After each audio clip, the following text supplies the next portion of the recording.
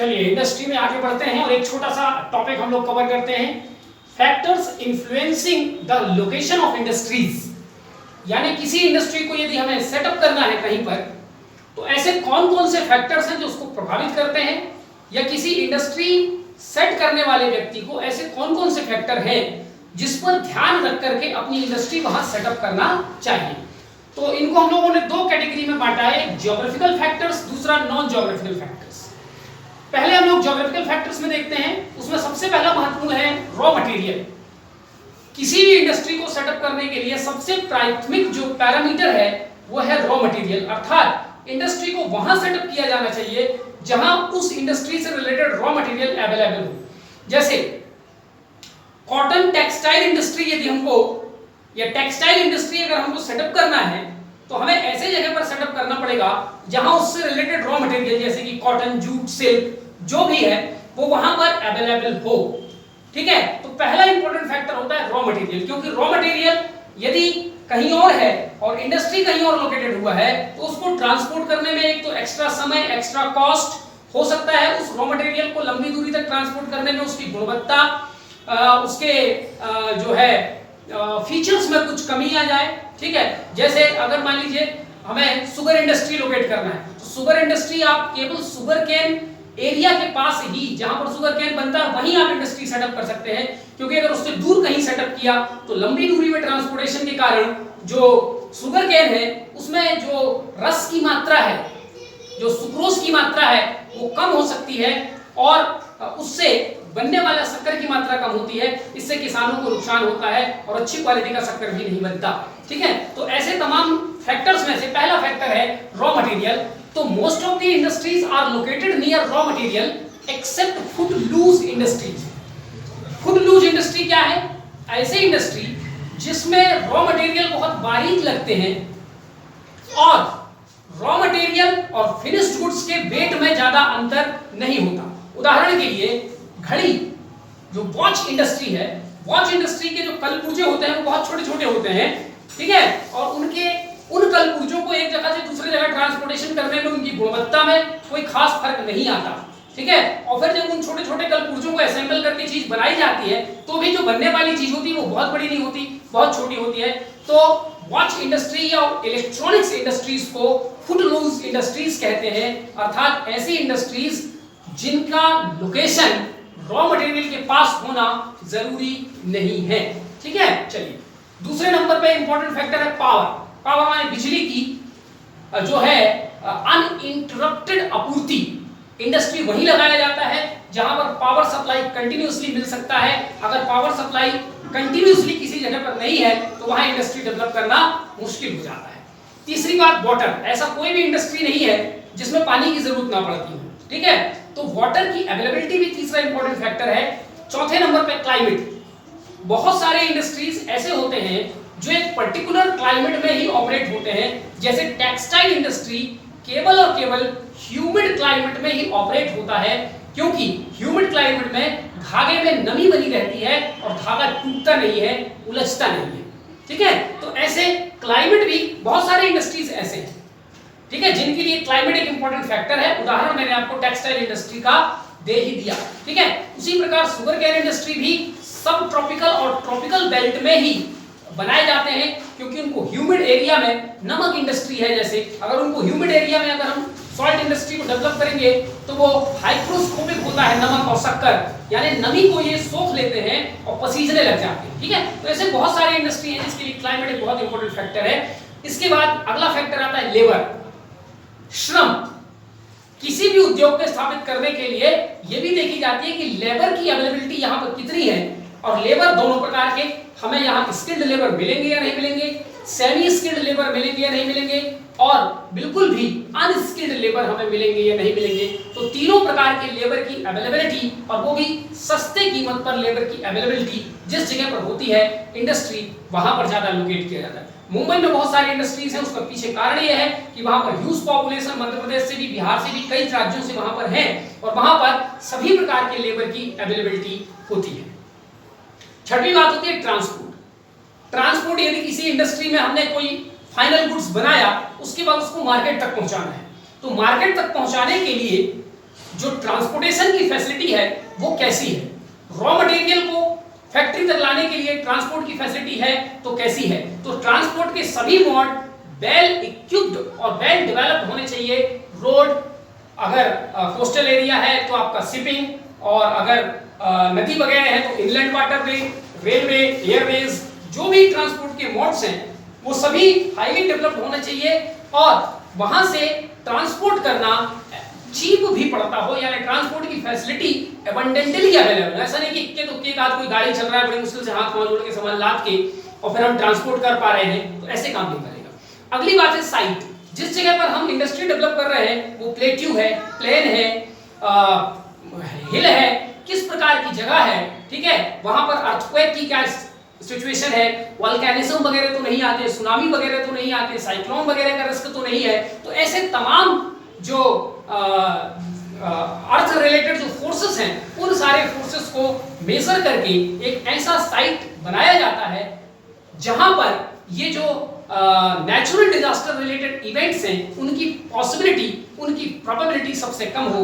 That's why south India में industries coast से थोड़े हट करके बहुत ज्यादा मात्रा में डेवलप है, क्योंकि हम लोग ज्योग्राफी में पढ़ चुके हैं कि हमारा जो साउथ इंडिया है वो टेक्टोनिकली बहुत ज्यादा स्टेबल है, ठीक है। तटों को छोड़ दें, तटों में थोड़ा साइक्लोन वगैरह का रिस्क रहता है और वो भी वेस्टर्न घाट में साइक्लोन का रिस्क कम है, ईस्टर्न घाट में थोड़ा ज्यादा है। तो साइट वगैरह वहां देख लिया जाता है। फिर मार्केट, क्योंकि जो भी फिनिश गुड्स हमने इंडस्ट्री के द्वारा बनाया है तो हमें ये भी देखना पड़ेगा कि मार्केट, हम जहां पर सामान बेचेंगे फिनिश गुड्स, तो मार्केट है भी हमारे वस्तु का कि नहीं है, यदि है तो वो कितनी दूरी है, कितनी दूरी पर है, वहां किस टाइप के कंज्यूमर्स आते हैं। तो ये तमाम एनालिसिस करने के बाद इंडस्ट्री को सेटअप किया जाता है। ये इंपॉर्टेंट ज्योग्राफिकल फैक्टर्स हैं जो हमें ध्यान रखना पड़ता है। उसके बाद आता है नॉन ज्योग्राफिकल फैक्टर्स, जिसमें सबसे इंपॉर्टेंट चीज कैपिटल। किसी भी इंडस्ट्री को लगाने के लिए पूंजी एक बड़ा महत्वपूर्ण फैक्टर है। बिना पूंजी के हम कोई भी इंडस्ट्री नहीं सेटअप कर सकते। दूसरी गवर्नमेंट पॉलिसीज, जो इंडस्ट्रीज हम सेटअप करने जा रहे हैं उसमें सरकारी नीतियां क्या है, क्या सरकार इसमें लोन अलाउ करती है, क्या इसमें लाइसेंस की व्यवस्था तो नहीं है, यानी कॉम्प्लेक्सिटीज गवर्नमेंट पॉलिसीज में तो नहीं है। हेल्पफुल कितनी है, जैसे बहुत सारी इंडस्ट्री ऐसे हैं जिसमें आजकल केंद्र सरकार मदद करती है, राज्य सरकार मदद करती है, ठीक है, लोन भी देती है, उसमें से 30% 40% लोन आपका माफ भी कर दिया जाता है। तो ऐसे तमाम आप जो इंडस्ट्री लगाने जा रहे हैं उसमें ये भी देखना जरूरी होता है कि गवर्नमेंट की पॉलिसी इसको लेकर के क्या है, और ये अगर मैं सेटअप करता हूं तो सरकार मुझे इसमें, और सरकार की नीतियां मुझे इसमें कितनी हेल्पफुल हो सकती हैं। इंडस्ट्रियल इनर्शिया, इंडस्ट्रियल इनर्शिया का मतलब ये होता है कि कोई इंडस्ट्री लोकलाइज्ड तो नहीं हो गई है। लोकलाइज्ड का मतलब किसी पर्टिकुलर रीजन में ही वो इंडस्ट्री पाई जाती है, उसके अलावा यदि हम कहीं वो इंडस्ट्री सेट करते हैं तो लोगों को वो इंडस्ट्री जमेगी नहीं। एक उदाहरण के लिए मैं आपको बता देता हूं, जैसे मान लीजिए अलीगढ़ का ताला, अगर हम बाजार में ये कह करके ताला बेचें कि ये अलीगढ़ का है तो हाथों हाथ बिक जाएगा। लेकिन उसके अलावा अगर हम लॉक एंड की इंडस्ट्री कहीं और लोकेट करें और वहां पर ताला चाबी बनाएं तो उसकी वो ब्रांड वैल्यू नहीं होगी जो अलीगढ़ की है। तो ऐसी सिचुएशन में जब कोई पर्टिकुलर जगह पर ही किसी पर्टिकुलर चीज का प्रोडक्शन होता है और दूसरे जगह उसका प्रोडक्शन कर पाना इकोनॉमिकली फीजिबल नहीं होता, तो इस कंडीशन को हम इंडस्ट्रियल इनर्शिया यानी औद्योगिक जड़त्व कहते हैं। यानी वहां पर वो पर्टिकुलर इंडस्ट्री वहीं पर जड़ बन के रह गया है, ठीक है। जैसे अगर हमें समोसा खाना है तो द्वारका का समोसा, अगर द्वारका के अलावा समोसा कहीं और ना मिले या मिले लेकिन उसकी वो ब्रांड वैल्यू ना हो, हम खा तो ले लेकिन अंदर से संतुष्टि ना मिले, ठीक है। और जैसे ही द्वारका का समोसा खाएं तो हमें सेटिस्फैक्शन मिलने लगे, ठीक है, हमें अपने आप ठीक लगे कि अब ये मेरे अंदर कोरोना का एंटीबायोटिक डेवलप करेगा, ये एंटीबॉडीज डेवलप करेगा, मुझे कुछ नहीं हो सकता, ठीक है। तो ऐसी तमाम अच्छी अच्छी भावनाएं आने लगे तो हम बोलेंगे कि ये समोसा इनर्शिया है। बात समझ में आ गई? चलिए, तो अगला है एफिशिएंट ऑर्गेनाइजेशन। अगर हम इंडस्ट्री सेट कर रहे हैं तो हमारे पास एक एफिशिएंट ऑर्गेनाइजेशन का होना, मैनेजर, सब मैनेजर, डिप्टी मैनेजर, दुनिया भर के, ठीक है। तो मैनेजमेंट बोर्ड उसमें अच्छा होना चाहिए, ठीक है। तो तमाम हमारा जो ऑर्गेनाइजेशन है वो एफिशिएंट होना चाहिए। पांचवी बात, बैंकिंग और इंश्योरेंस की सुविधा जहां पर भी इंडस्ट्री सेट कर रहे हैं वहां पर रहना चाहिए, क्योंकि कोई भी इंडस्ट्री बिना बैंकिंग हेल्प के, बिना लोन लिए बिना बैंक में पैसा जमा किए, क्योंकि आजकल सारा जो ट्रांजैक्शन है वो वैसे भी डिजिटल तरीके से हो रहा है, तो अगर बैंकिंग की सुविधा नहीं होगी, हम जो इंडस्ट्री कर रहे हैं कभी उसमें आग लग जाए, चोरी हो जाए, इंश्योरेंस की सुविधा नहीं होगी, तो ये तमाम फैक्टर भी हम ध्यान में रखते हैं। तो 5 फैक्टर ये, 8 फैक्टर ये, इन दोनों को मिलाकर के 13 फैक्टर हो गए। अब एक इंडस्ट्री किसी को सेटअप करना होता है तो उसके मन में एक डिलेमा भी ये होता है कि मैं इन फैक्टरों में से किसको सबसे पहले नंबर पे रखूं, किसको दूसरे नंबर पे, किसको तीसरे, प्रेफरेंस देना पड़ेगा। ठीक है, इसी उलझन को समाप्त करने के लिए अल्फ्रेड वेबर एक ज्योग्राफर हैं, उन्होंने एक थ्योरी दिया था, इंडस्ट्री लोकेशन थ्योरी, 1909 में। ज्योग्राफी के जो लोग ऑप्शनल सब्जेक्ट ज्योग्राफी लेके पढ़ते हैं वो अल्फ्रेड वेबर की इस थ्योरी को पढ़ते हैं। इस थ्योरी को पढ़ने के बाद हमें समझ में आ जाता है कि अगर हमें कोई पर्टिकुलर इंडस्ट्री लगाना है तो हम इनमें से पहली प्राथमिकता वाटर को दें, क्लाइमेट को दें, लेबर को दें, इस प्रकार से यहां से तय हो जाता है। ठीक है, चलिए अब हम अगली उसमें बढ़ते हैं और हम देखते हैं क्लासिफिकेशन ऑफ इंडस्ट्रीज, उद्योगों का वर्गीकरण। ठीक है, एक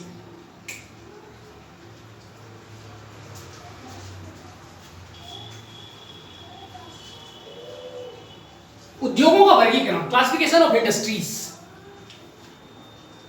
इंडस्ट्रीज को कई पैरामीटर्स पर, कई बेसिस पर जो है क्लासिफाई किया जाता है।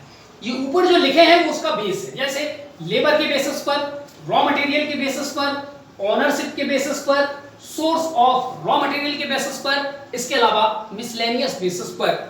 तो कुल मिला के 1 2 3 4 5 बेसिस पर हम इंडस्ट्री को क्लासिफाई करके देखते हैं। चलिए पहले देखते हैं हम लेबर के आधार पर इंडस्ट्री 3 प्रकार की होती है। ऐसा कोई इंडस्ट्री जिसमें बहुत ज्यादा मात्रा में 1000, 500, 2000, 5000 ऐसे श्रमिकों की जरूरत पड़ती है, ऐसे इंडस्ट्री को लार्ज स्केल इंडस्ट्री कहते हैं।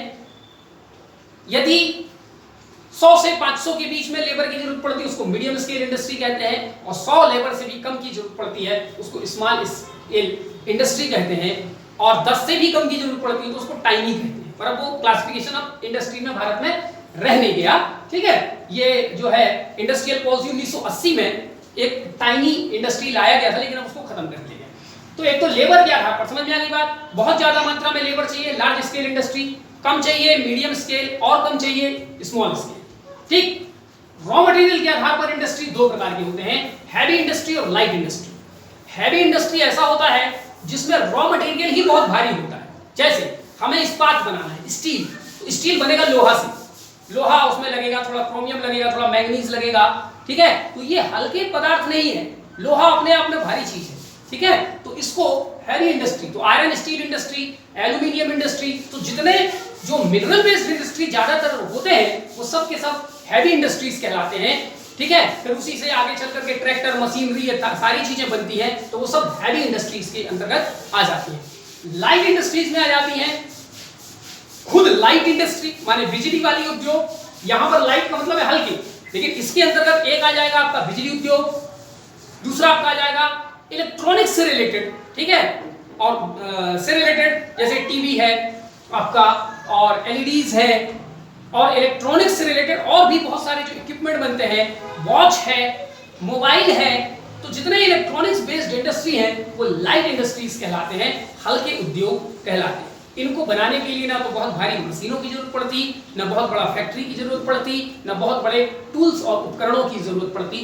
छोटे मोटे उपकरणों के साथ हम इन इंडस्ट्रीज को डेवलप कर सकते हैं। इसके अलावा उसमें जो रॉ मटेरियल लगते हैं वो भी इतने भारी नहीं होते कि बड़ी मुश्किल से उसको उठाया जाए। ठीक है, तो इस प्रकार से रॉ मटेरियल के वेट के आधार पर इंडस्ट्री 2 प्रकार की होती है।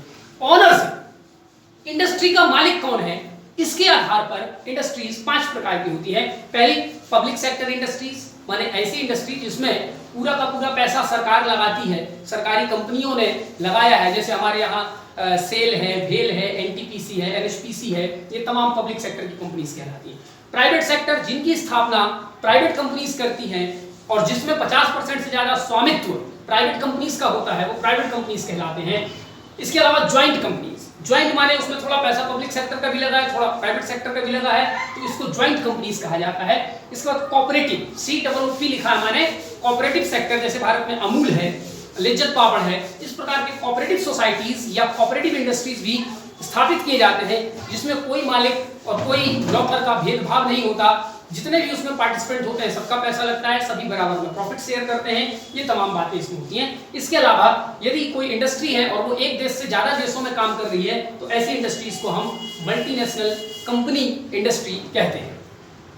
अब हम देखते हैं source of raw material. Raw material के आधार पर उद्योग जो है वो मेनली 4 प्रकार के होते हैं, यानी कच्चा माल कहां से मिल रहा है, ठीक है। तो एग्रो बेस्ड इंडस्ट्री, जैसे ब्रेड इंडस्ट्री, ब्रेड इंडस्ट्री क्या है, बिस्किट इंडस्ट्री क्या है, ये सब एग्रो बेस्ड इंडस्ट्री है, एग्रीकल्चर से उसका माल मिल रहा है, ठीक है। तो जितना भी ऐसा उसका जो रॉ मटेरियल है एग्रीकल्चर से यदि मिल रहा है तो हम उसको बोलते हैं एग्रो बेस्ड इंडस्ट्रीज, ठीक है।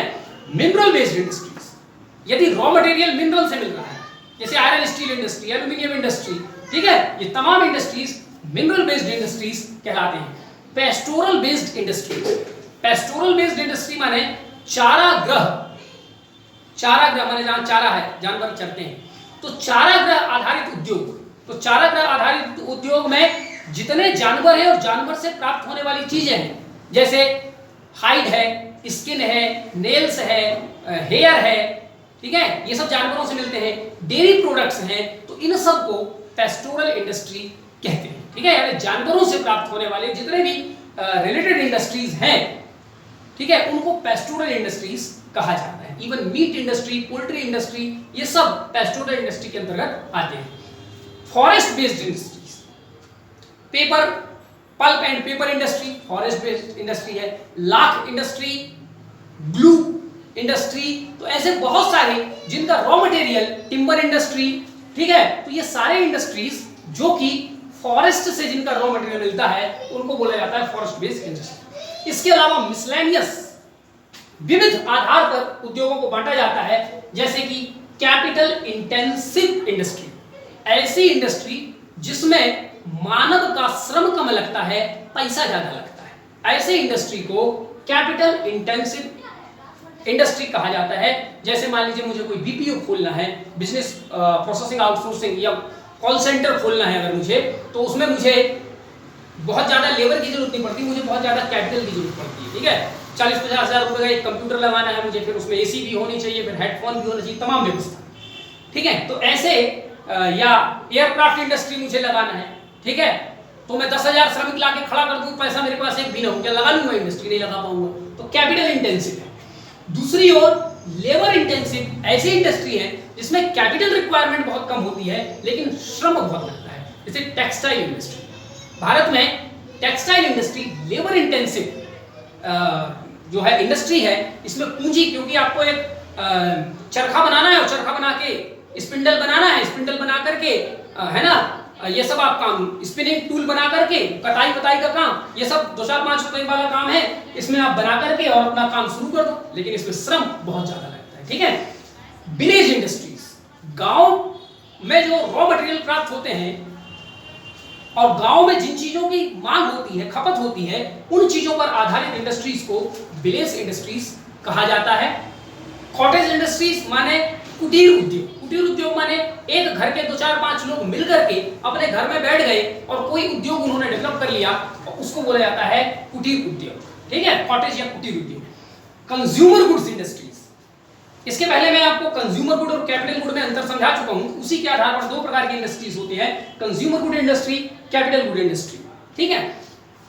एंसिलरी यानी कि आनुषंगिक उद्योग, आनुषंगिक उद्योग का मतलब यह है कि जैसे कार है, तो कार के एंसिलरी पार्ट क्या है, कार का मेन पार्ट है उसकी बॉडी, इंजन, इसके अलावा उसमें जो मेन चीज लगते हैं, वाइपर लगता है, उसमें टायर ट्यूब लगते हैं, एक्सल लगता है, नट बोल्ट लगता है, ठीक है, एयर बैग लगता है।